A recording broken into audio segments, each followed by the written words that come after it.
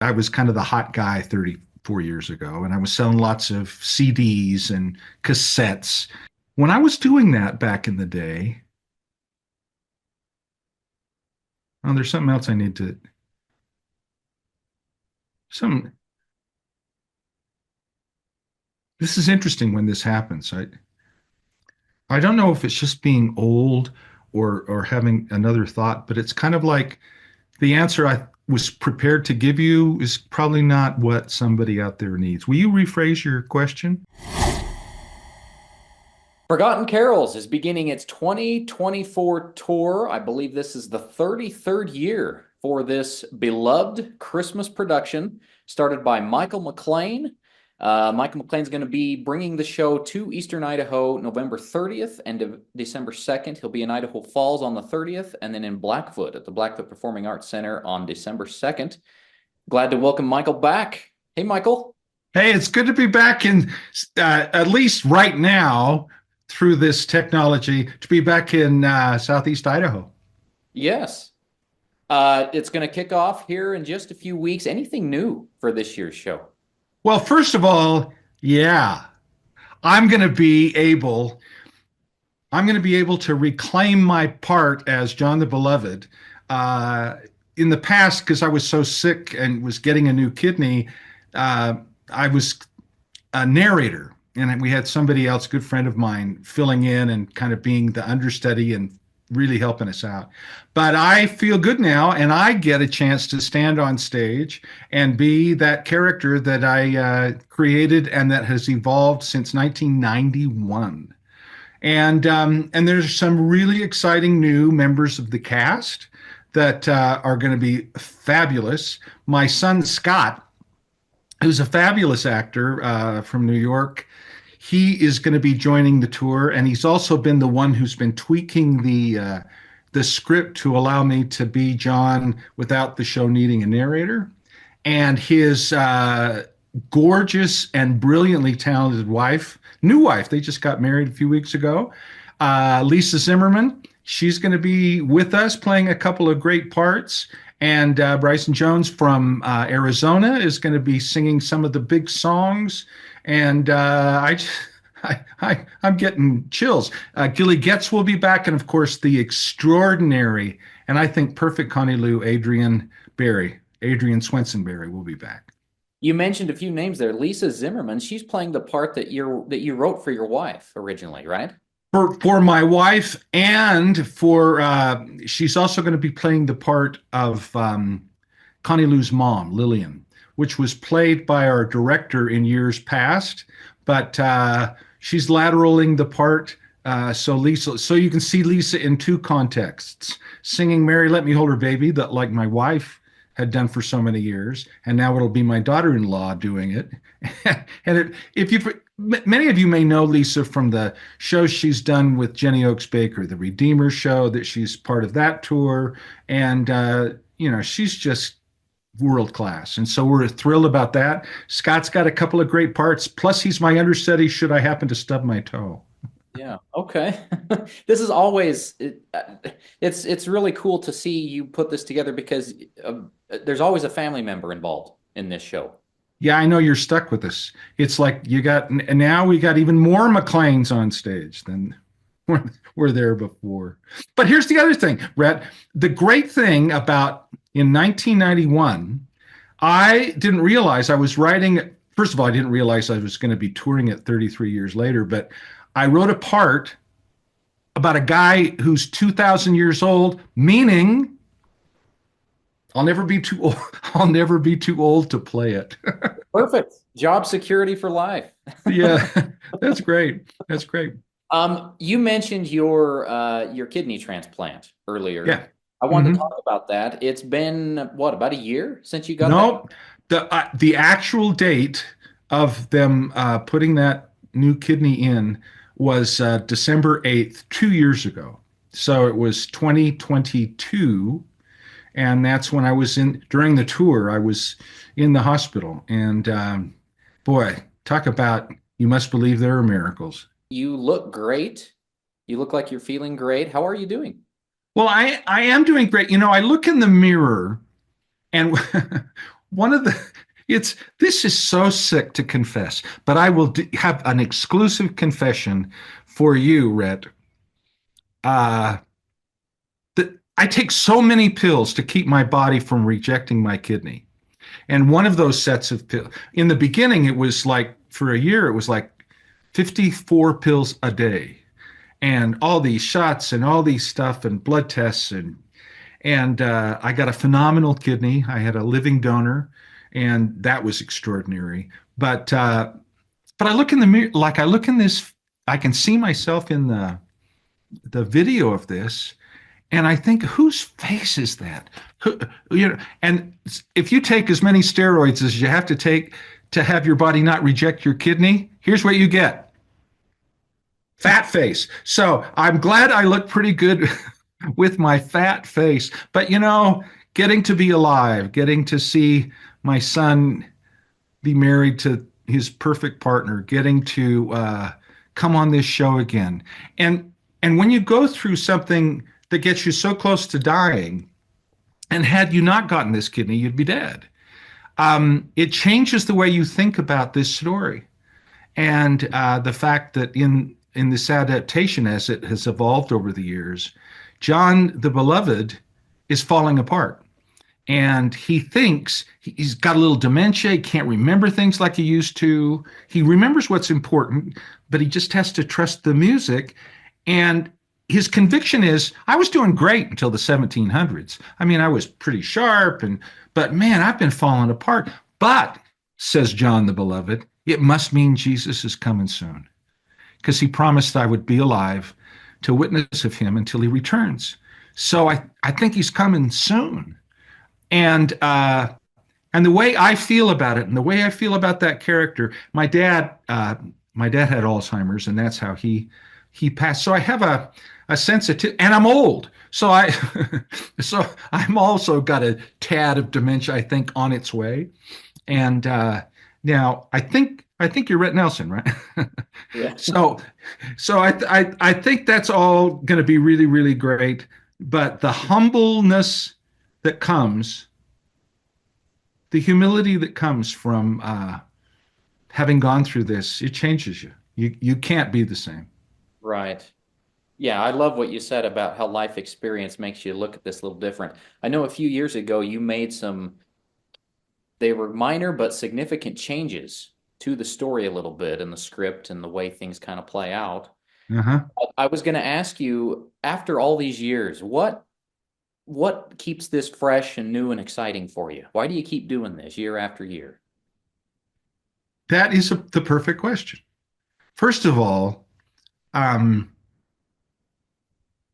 I think it's, I think it's, I had this conviction, and this was kind of confirmed after I came out of surgery, and I was kind of reviewing my life, thrilled that I wasn't dead, but really, really impatient with the recovery from the surgery. The people that I had loved who had had kidney transplants told me about how great you'd feel, because for 4 years I just awful until I got my new kidney. And I had about an hour and a half a day that I was kind of functional. And they would encourage me and call me and say, as soon as you get that transplant, oh, you're going to feel so great. You're going to want to run a marathon. Well, they were 40, not 70. And so the gift of the kidney was exquisite, but the slowness of the recovery, I got really impatient with that process. And so in that process, I kept asking heaven, so I get maybe 10 more years, Rhett. I might have 10 more years if something else doesn't kill me. And I kind of, in my prayer, said, Heavenly Father, what do you want me to do with it? You want me to do what I used to do? Do you want me to do something new? Do you want me to keep writing songs? Do you want me to just blend into what do you want from me? And I've had lots of songs kind of come to me. In fact, I can't wait to be able to, when the tour's over, to record those songs. Maybe I'll call the album The Kidney Chronicles, or who knows. But Heavenly Father's prompting, at least I don't mean to sound pretentious like God or Jesus have this casual relationship, but I feel so close that I get this message, and the message is, Michael, I only got one of you. Mm. And I don't want you to spend a second trying to do something somebody else could, one of my other kids could do just great, and that they're learning and contributing just great. I want you to only contribute the kinds of things that are just for you. I want you to write new things that nobody else would have written, kind of like the Forgotten Carols. And I don't want you to miss a chance to do this thing that you created that only you can do. Hmm. So that's what keeps me going. Wow. Wow. I'm always curious because you spend all of your Christmas season on the road giving to other people through this show and this performance.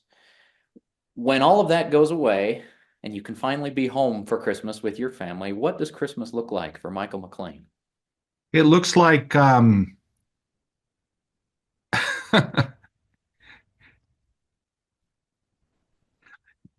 for so many years, Christmas has been defined by middle of November, rehearsals start.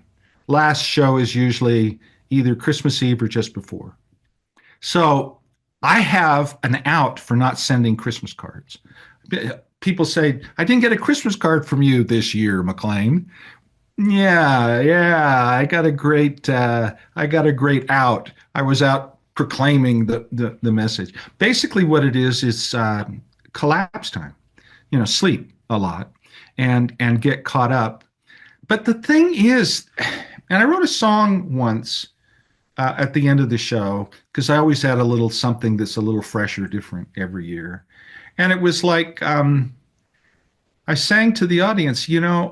I'm so grateful that you've come and that you've been willing to receive my Christmas gift to you, but I've never given you as much as you have given me. There is something that happens, Rhett, and there is something about live theater. There's something about being in a room with a couple thousand people, sometimes more, and we're all feeling at that moment, having an experience together that is fun and laughing and spirit and all that stuff.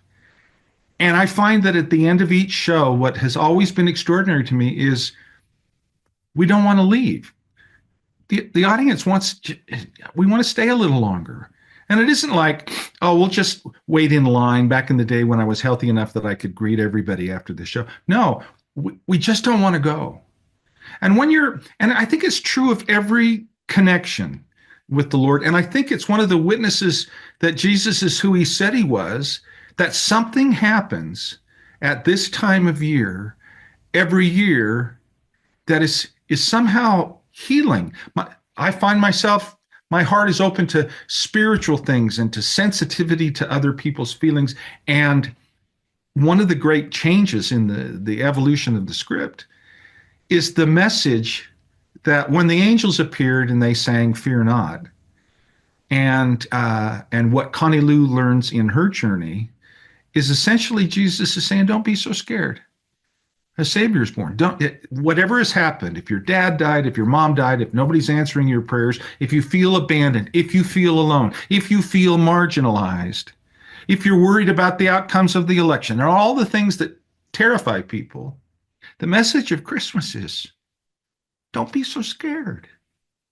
I just think I got given and a new kidney. What what more could I ever ask for? I get to talk to Red about this. I get to have a moment right now that's just very precious to me. And I don't want to be too goofy, but that's how I feel. Well, that's kind of you to say. I appreciate that. I doubt that I'm high on your list of priorities of people to talk to, but Well, today, and here's the interesting thing, and I apologize. Your audience may not know, but we were supposed to do this an hour ago, and I was sleeping. I was sleeping and moaning about my fat face. But when I kind of came to and we got a chance to recreate it, one of the things that I really feel, and I'm not blowing smoke on this, Rhett, you are the priority. In this moment, there is nothing but you and me and the spirit I feel when we talk. Th- this is so precious to me. And I'm not making this up. I'm not making up true stories. And the priorities are I just want to be recognizing that the kingdom of God is my current address. This is where I live, and this is where I get. And I didn't feel this intensely about each moment, and I didn't look at people quite the same as I do now. And when I see Rhett willing to help me promote this show that means so much to me, and I get a chance to talk about spiritual things without being embarrassed or ashamed. I get a chance to tease myself. I get a chance to what time is it now? Oh, in about 10 minutes, the cast is going to be getting together here and we're going to be rehearsing this. Oh my gosh, that will be my priority in 10 minutes. But right now, and I'm sincere, nothing's more special to me than getting to talk to you. Oh, thank you. Thank you very much. That's kind of you. So I know you got to go, but just to kind of wrap things up, and maybe you've already shared this question I'm about to the answer to this question I'm about to ask, but so much of this story is about characters who find their carol, hence the title, Forgotten Carols. Mm-hmm. What is your forgotten carol, or what is your message to people who might see this show this Christmas? Well, that is fabulous. You have asked the perfect question. I didn't even send I didn't even set you up to ask this question. But here's the thing. When I was asked by Deseret Book, because I'd sold I was kind of the hot guy 34 years ago, and I was selling lots of CDs and cassettes. And some of your listeners can Google this up. It was a thing called a cassette and a CD, and you put it in a box and you push it. Um, when I was doing that back in the day, oh, there's something else I need to.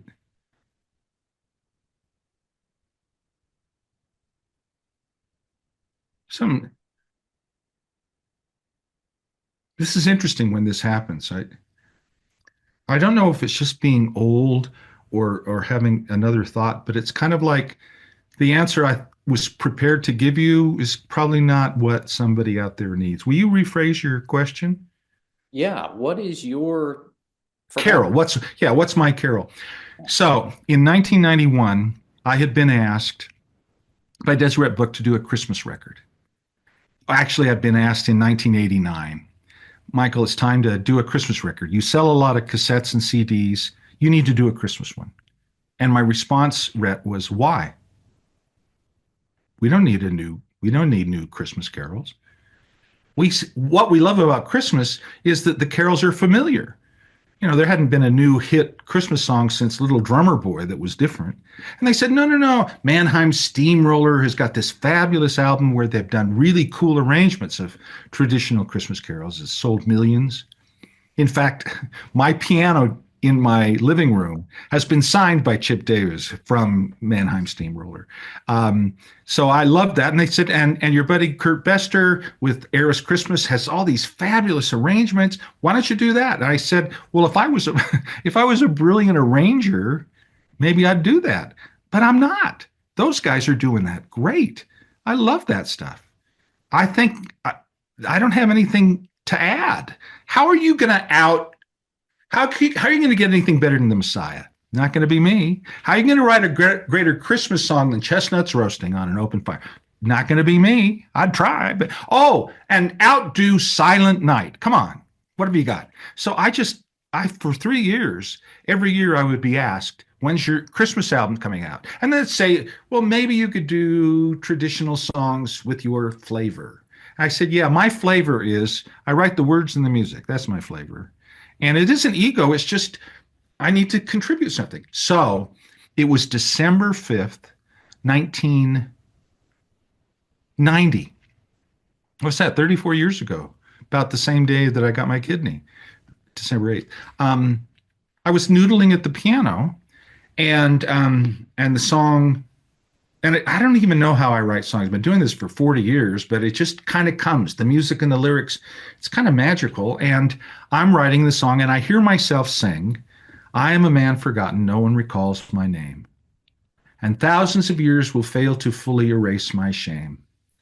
But I turned a prophet nicely that day and I thought, when I turned the couple away, I turned them away. I thought, well, nobody's ever written this song from the point of view of the innkeeper that turned away Joseph and Mary. That would be worth exploring. And then after I had written the song, I realized, well, wait a minute, I'm the innkeeper. I'm not a bad guy. I'm just trying to pay the light bill.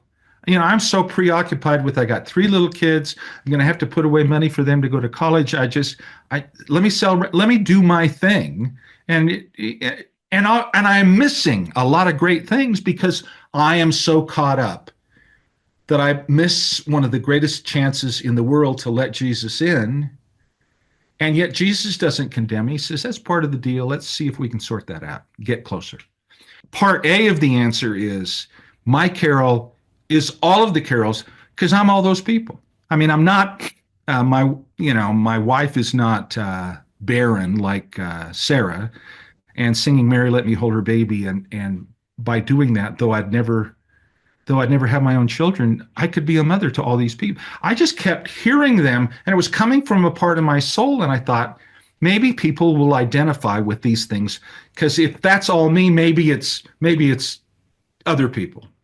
But that's not the ultimate answer you asked for, which is, so what's your carol? And I kept starting to add over the 33 years. I'd add something that wasn't in the original story. And I thought, I think this is where I am now. Arise and shine forth. Let us add to the flame that burns brightly in hearts that bear his name. And I thought, well, that's kind of my carol. No. Maybe it's I've been given what I need, or maybe it's one year we did added a tune called 1225 365 for December 25th, and I thought that was my carol.